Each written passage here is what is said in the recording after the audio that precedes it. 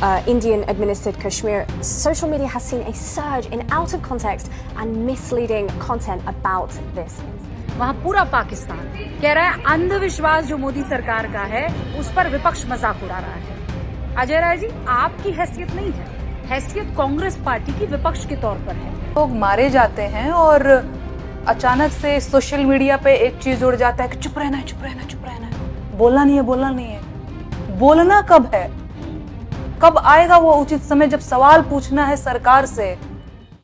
दोस्तों नमस्कार, मेरा नाम प्रशांत है और आप देखना शुरू कर चुके हैं the live TV. The live TV, सच सबसे आगे। दुनिया में जग हंसाई और घर के अंदर हिंदू मुस्लिम की लड़ाई। मैं ये बात इसलिए कह रहा हूं क्योंकि आज की तारीख में 13 दिन हो चुके हैं पहलगाम हमले को लेकर के, लेकिन अभी तक कोई एक्शन नहीं हुआ है। पाकिस्तान आंखें तरेर रहा है और पूरी दुनिया में सरकार की चहेती गोदी मीडिया के कारनामों कर्मों की वजह से भारत की जग हंसाई हो रही, इंटरनेशनली जग हंसाई हो रही है।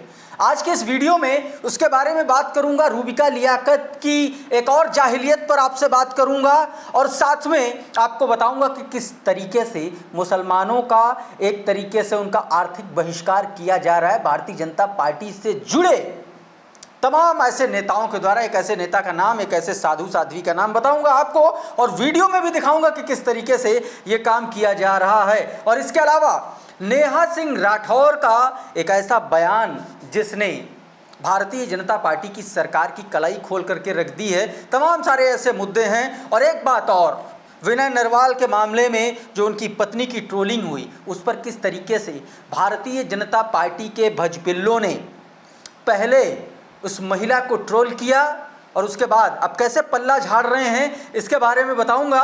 और साथ में आपको एक और घटना के बारे में बताऊंगा कि किस तरीके से उत्तर प्रदेश में जातंकवाद चरम पर है। तमाम सारी घटनाओं के बारे में बताऊंगा, लेकिन सबसे पहले एक वीडियो आपकी स्क्रीन पर है, ये देखिए। There's also a lot of misinformation escalating too. Since the deadly attack that took the lives of 26 tourists in Pahalgam in Indian-administered Kashmir, social media has seen a surge in out-of-context and misleading content about this incident. ये video France 24 का है, France का राष्ट्रीय channel, ये उसका video है और इसमें जो किया जा रहा है बहुत ध्यान से गौर से देखिए किस तरीके से भारतीय जनता पार्टी की सरकार में किस तरीके से गोदी मीडिया ने गलत तस्वीरों को फैलाया, पहलगाम घटना को लेकर के एआई जनरेटेड तस्वीरों को फैलाया, जनता के सेंटिमेंट को उकसाया, किस तरीके से भ्रामक तस्वीरें फैलाई गई, इसका पूरा का पूरा जो है एनालिसिस कर दिया फ्रांस टीवी में। मतलब इंटरनेशनली बेइज्जती है। और इस पर पत्रकार राजू पारुलकर लिखते हैं, The French media, France 24 is discussing surge in the fake videos, images after Pahalgam attack, कि किस तरीके से फैलाया गया फेक वीडियोस और फोटोज़ को लेकर। Godi media bringing home the laurels, fake degree, fake promise, fake videos, fake Gujarati model, fake पेट्रोसियम, फेक मैन, फेकू एंड हिज गवर्नमेंट। बहुत सारी बातें वो कहते हुए नजर आ के किस तरीके से सब कुछ फेक किया जा रहा है, किस तरीके से सब कुछ फर्जी और फेक तरीके से फैलाया जा रहा है। राजू पारुलकर बेसिकली सरकार के बड़े आलोचकों में इनकी गिनती होती है और फ्रेंच टीवी जो फ्रांस 24 टीवी है उसने पूरी की पूरी पोल खोल करके देख दी भारत के गोदी मीडिया की। मतलब आप देखिए, ये नेशनल एम्बैरेसमेंट है कि गोदी मीडिया की वजह से पूरे भारत का सिर शर्म से झुक रहा है पूरी दुनिया के सामने। लेकिन गोदी मीडिया कहाँ मानने वाली। रूबिका लियाकत का ये जरा वीडियो देखिए पहले। कहते हैं कभी कभी चुप रहना भी अच्छा होता है, लेकिन ये बात शायद कांग्रेस के नेताओं को समझ में नहीं आ रही। राहुल गांधी के समझा देने के बावजूद, CWC में फैसला लेने के बावजूद अजय राय को मजाक लग रहा है। रफाल पर लगा नींबू मिर्च लेकर बेतुके बयान दे रहे हैं। उनको लग रहा है इसमें बड़ी उनकी वाहवाही होगी। ये वाहवाही की बात नहीं है। वहाँ पूरा पाकिस्तान कह रहा है अंधविश्वास जो मोदी सरकार का है उस पर विपक्ष मजाक उड़ा रहा है। अजय राय जी, आपकी हैसियत नहीं है, हैसियत कांग्रेस पार्टी की विपक्ष के तौर पर है और उसी का फायदा वहाँ पाकिस्तान उठा रहा है। तो सवाल ना पूछे जाएंगे आपसे। देख लिया, सुन लिया। अब आप एक बार सिर्फ अपने दिमाग में सोच लीजिए कि एक तरफ किसी अपने महामूर्ख महाजाहिल व्यक्ति को रखिए और दूसरी तरफ रूबिका लियाकत को रखिए। मुझे लगता है जाहिल जीत जाएगा इनसे, कम से कम तर्कों में। ये रूबिका लियाकत का एक्यूमेन है।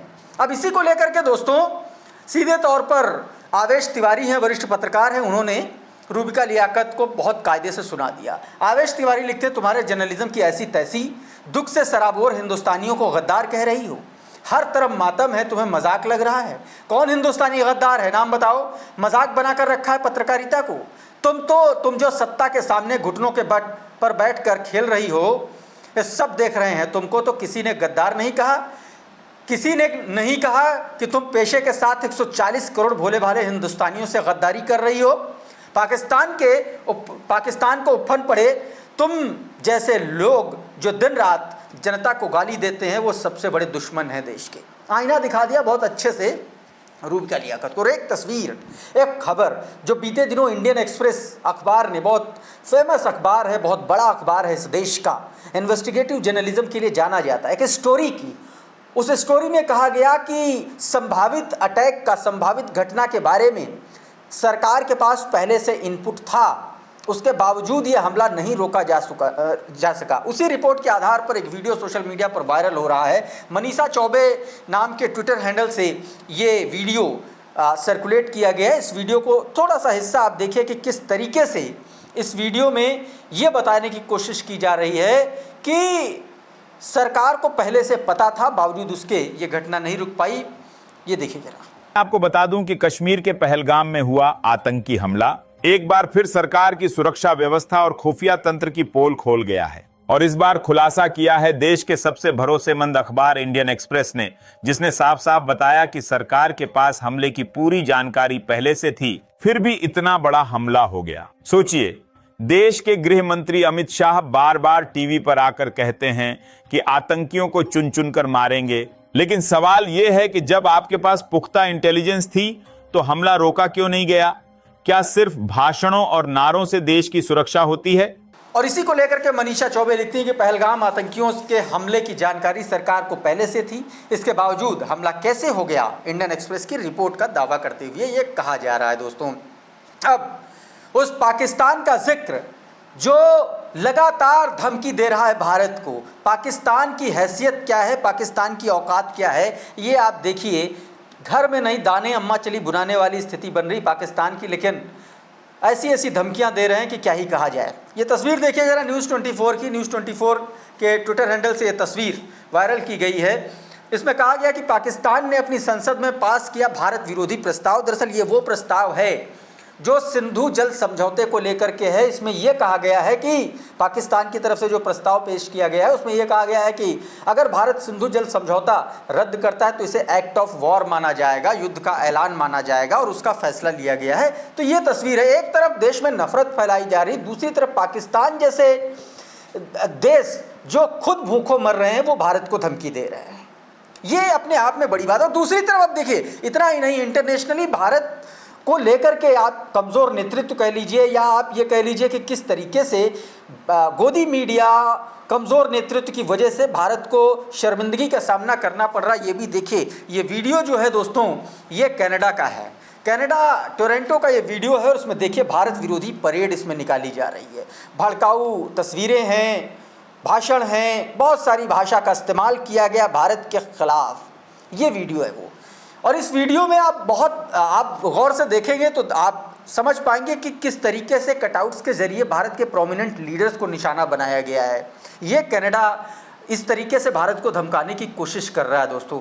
इसी को लेकर के एक पत्रकार, ट्विटर हैंडल है मधुरेंद्र कुमार लिखते हैं, टोरंटो में हुई भारत विरोधी परेड, आपत्तिजनक चित्र और भड़काऊ भाषा के इस्तेमाल पर भारत ने नई दिल्ली स्थित कनाडाई उच्चायोग से कड़ी आपत्ति दर्ज कराई है। भारत ने कनाडाई प्रशासन से अपील की है वह भारत विरोधी, नफरत फैलाने वाले, उग्रवाद और अलगाववाद को बढ़ावा देने वाले तत्वों के खिलाफ सख्त कार्रवाई करे। कहा जा रहा है कि ये जो परेड निकाली गई, ये कनाडा में जो खालिस्तानी हैं वो भारत के खिलाफ इस तरीके का काम कर रहे हो, इस पर सरकार ने अब आपत्ति जताई है।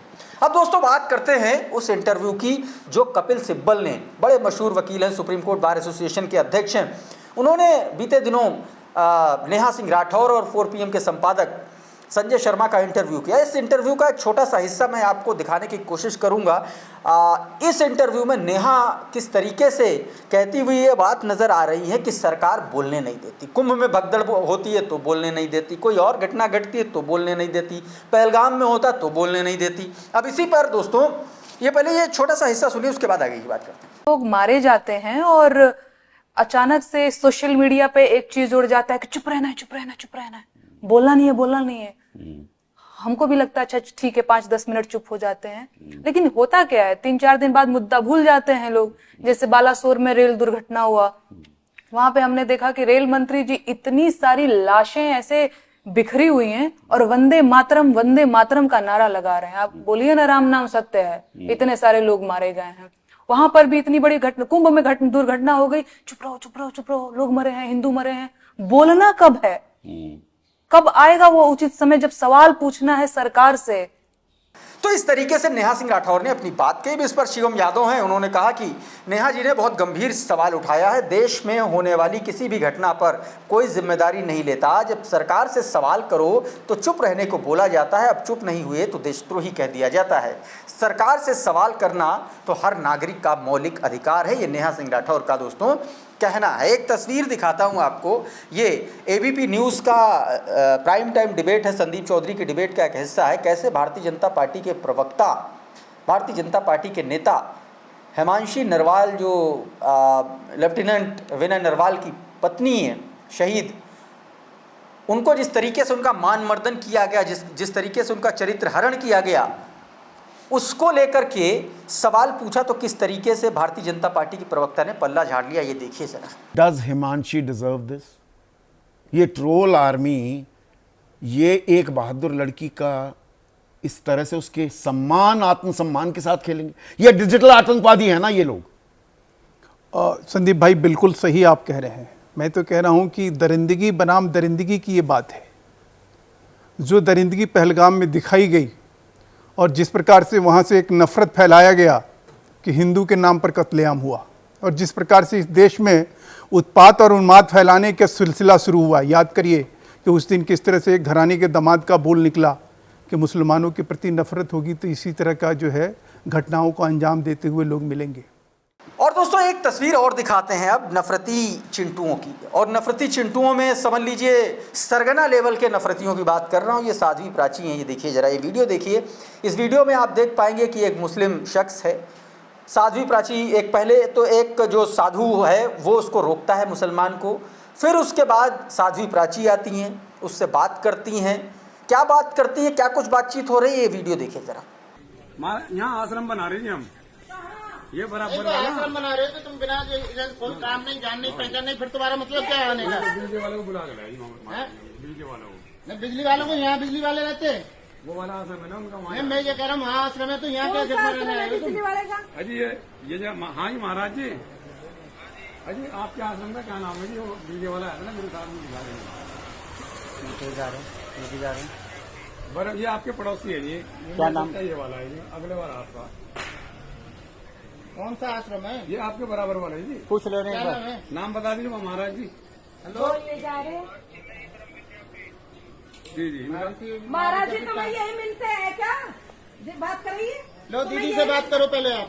तुम्हें यही मिलते हैं काम कराने के लिए? पहलगांव भूल गए तुम? पहलगांव भूल गए क्या? मैंने कहा तुम्हें यही मिलते हैं काम कराने के लिए भाई। तो दोस्तों आपने देखा कि किस तरीके से नफरत का पैमाना इतना ज़्यादा बढ़ गया है, नफरत इस तरीके से बढ़ गई है कि मुसलमानों का एक तरीके से आर्थिक बहिष्कार तक किया जा रहा है। दरअसल इस वीडियो को देख करके ये बात समझ में आती कि किसी संत महंत ने ही इस मुस्लिम युवक को किसी काम से बुलाया था, और उसमें वो कहते हुए नज़र आती हैं कि पहलगाम भूल गए, इनको यहाँ से भगाओ। इस तरीके की भाषा का इस्तेमाल किया जा रहा है। अब एक और तस्वीर देखिए, ये उत्तराखंड के रुद्रपुर की तस्वीर है, उधम सिंह नगर उत्तराखंड के। ये 3 मई का वीडियो है। इस वीडियो में जूस की दुकान जो मुस्लिम समाज के युवक चलाते हैं, उस दुकान पर काम करने वाले एक लड़के से उसका धर्म पूछा जा रहा है और ज़बरदस्ती उससे कह रहा है इसमें अपनी नेम प्लेट लगाइए। ये वीडियो देखिए जरा। चलो मालिक से कहना, इस पे नाम लिखिए। मालिक कौन है? ठीक है, मालिक कौन है? अरे यही जो नाम आ रहा है ये मालिक है आपके? हाँ तो उन्हें कहना ऊपर नाम लिख दें। क्या नाम आ रहा है? इकरार अहमद। कोने पे जो है, कोने पे जो है नाम गुमराह वाला काम नहीं होना चाहिए। तो आप देख सकते हैं कि किस तरीके से बजरंग दल के सदस्यों ने धार्मिक आधार पर एक तरीके से प्रताड़ित किया जा रहा है मुसलमानों को, ये लोग प्रताड़ित कर रहे हैं दोस्तों। अब एक और तस्वीर आप देखिए ज़रा, थोड़ा सा अलग हट करके। दरअसल सिर्फ धर्म का मामला नहीं है, नफरत जब बढ़ती है तो हर किसी के प्रति बढ़ती है। डीयू ने एक फरमान हुआ है, डीयू ने एक बड़ा रिकमेंडेशन किया है। डीयू, ये कटिंग देखिए ज़रा, ये अखबार की कटिंग है। DU panel wants sexuality caste religion dropped from syllabus. Basically एक पैनल है डीयू में, जो पैनल बनाया गया है उसमें से ये कहा गया है कि जो लिंग, जाति, धर्म जो सिलेबस है डीयू में, इसके बारे में जो पढ़ाया जाएगा उसको हटाने के लिए रिकमेंडेशन किया कि इसको हटा दिया जाए। अब इस पर कांग्रेस की राष्ट्रीय प्रवक्ता सुप्रिया श्रीनेत ने बोला, so what does DU want to teach. वो पूछ रही है अगर ये सब नहीं पढ़ाया जा रहा है तो फिर क्या पढ़ाया जाएगा डीयू में, ये भी एक सवाल है अपने आप में दोस्तों। एक और तस्वीर आप, सुप्रीम कोर्ट से एक बड़ी खबर सामने आई। सुप्रीम कोर्ट में आरक्षण को लेकर के एक बड़ा बयान दिया गया। जस्टिस सूर्यकांत ने एक बयान दिया। जस्टिस सूर्यकांत ने आज सुनवाई के दौरान लाइव लॉ के हवाले से मैं आपको ये खबर बता रहा हूँ, जिसमें ये कहा गया, reservation is in the country has become like train compartment, people who have got in don't want to let others to come in, says justice Suryakant. Basically supreme court के जज जस्टिस सूर्यकांत ये कह रहे हैं कि आरक्षण जो है वो ट्रेन के डब्बे की तरह, ट्रेन के कंपार्टमेंट की तरह है कि भैया जिसको जिसको मिलता जाए, जो रहता जाए वो छोड़ता जाए। सवाल ये है कि क्या ये जो टिप्पणी है अब जज साहब की, ये टिप्पणी किस संदर्भ में दी गई? क्योंकि आरक्षण का जो मूल है वो आर्थिक तो है ही नहीं। आरक्षण का मूल तो सामाजिक समानता को बढ़ाने के लिए, सामाजिक तौर पर जो भेदभाव हो रहा है उसको ला करके, उसको बेसिकली उसका पूरा फ्रेमवर्क इसी के अराउंड है। तो दोस्तों ये एक बड़ा बयान माना जाए, क्योंकि ये कोई छोटा मोटा व्यक्ति बयान नहीं दे रहा, कोई टिप्पणी नहीं कर रहा। ये जस्टिस सूर्यकांत जो सुप्रीम कोर्ट के वरिष्ठ जजों में से एक हैं, उनका ये बयान है। दोस्तों अब चलते हैं उत्तर प्रदेश की तरफ। उत्तर प्रदेश में बीते दिनों आगरा में एक लूटकांड हुआ, डकैती कांड हुआ ज्वेलर्स के यहाँ। वहाँ पर जो है ज्वेलर्स को गोली मार करके हत्या कर दी गई। उस हत्या के मामले में एक शख्स का एनकाउंटर हुआ है। उस एनकाउंटर में ये बताया गया कि जो लूट का आरोपी था वो यादव समाज से आता था। उसका सरनेम को लेकर के अब बवाल मच गया है। कहा गया कि यादवों को बदनाम करने की ये साजिश है। दैनिक भास्कर पर इस तरीके के आरोप लगे कि दैनिक भास्कर ने बिना पुलिस की वेरिफिकेशन के यादव सरनेम बता दिया। अब इसी को लेकर के तमाम सारे लोग उस पर सवाल उठा रहे हैं। कहा, एक गौरव नाम के एक ट्विटर यूज़र हैं, वो लिखते हैं कि आगरा में सर्राफा व्यापारी की हत्या करने वाले अमन और सुमित नाई समाज से हैं और मीडिया ने पैसे लेकर अमन ठाकुर को अमन यादव बना दिया। आपको पता है ये मुजरा मीडिया हर बार फर्जी रूप से यादव जाति का नाम आगे क्यों करता है? क्योंकि मालिक के इशारे पर यह संगठित हुए पीडीए में जो फूट डालना है, लेकिन हमारे जैसे सक्रिय लोग इनकी फर्जी कोशिशों पे हर बार जवाब देंगे, ये कहा गया। दूसरी तरफ शिवम यादव एक और ट्विटर यूजर ने बोला, फर्जी खबर मत चलाओ। आगरा लूटकांड में पुलिस ने किसी आरोपी की जाति नहीं बताई, सिर्फ नाम बताए हैं। पहले तथ्य की पुष्टि कर लो फिर खबर चलाओ। अभिषेक उपाध्याय बड़े पत्रकार रहे हैं, बहुत लंबे समय तक गोदी पत्रकार रहे, फिर पता नहीं कैसे इनका परिवर्तन हुआ, किस तरीके से हृदय परिवर्तन हुआ, या अपॉर्चुनिस्ट हैं ये भी मैं नहीं कह सकता, लेकिन जो सवाल उठाया इस ट्वीट में वो वाजिब है। उठा रहे हैं कि गजब का संयोग है, 28 अगस्त 2024 को सुल्तानपुर में ज्वेलरी से लूट होती है। अखिलेश यादव ट्वीट करते हैं, सरकार को घेरते हैं। उसके बाद 5 सितंबर को सुल्तानपुर में एनकाउंटर होता है और मंगेश यादव मारा जाता है। 2 मई 2025 को आगरा में ज्वेलरी की लूट होती है। अखिलेश यादव यहाँ भी ट्वीट करते हैं, सरकार को घेरते हैं। 6 मई को एनकाउंटर होता है, अमन मारा जाता है, मगर उसे अमन यादव लिखा जाता है, जबकि वो नाई या फिर हज्जाम जाति से होता है। वो भी ये काम नहीं बल्कि कई बड़े और प्रतिष्ठित मीडिया संस्थानों द्वारा किया जाता है। इन्होंने बेसिकली दैनिक भास्कर का नाम नहीं लिया, एक लंबा चौड़ा ट्वीट है, इसमें भी मीडिया को निशाने पर लिया जाता है। और आखिरी में सूर्या समाजवादी पार्टी की यह कार्यकर्ता हैं, ये जो दीपक कुमार हैं, पुलिस अधिकारी हैं दीपक कुमार, उनका जो बयान है वो बयान दिखा रहे हैं और उसके ज़रिए पर वो लिख रहे हैं कि पुलिस आयुक्त जो है आगरा के दीपक कुमार, उन्होंने जिनके अंडर में एनकाउंटर हुआ उन्होंने किसी जाति का जिक्र नहीं किया, तो फिर दैनिक भास्कर को ये बात कैसे पता चली कि आरोपी अमन यादव जाति से है? पीडीएस समाज से इतनी नफरत और जलन क्यों है? कुल मिलाकर के दोस्तों, उत्तर प्रदेश से लेकर के उत्तराखंड और उत्तराखंड से लेकर के दिल्ली और दिल्ली ही नहीं, कनाडा और पाकिस्तान तक, फ्रांस तक भारतीय जनता पार्टी की सरकार, उसके गोदी मीडिया की वजह से इस देश को शर्मिंदगी का सामना करना पड़ रहा है। दोस्तों, अभी के इस वीडियो में फिलहाल इतना ही। बहुत बहुत शुक्रिया, बहुत बहुत धन्यवाद। आप जुड़े रहिए द लाइव टीवी के साथ। नमस्कार।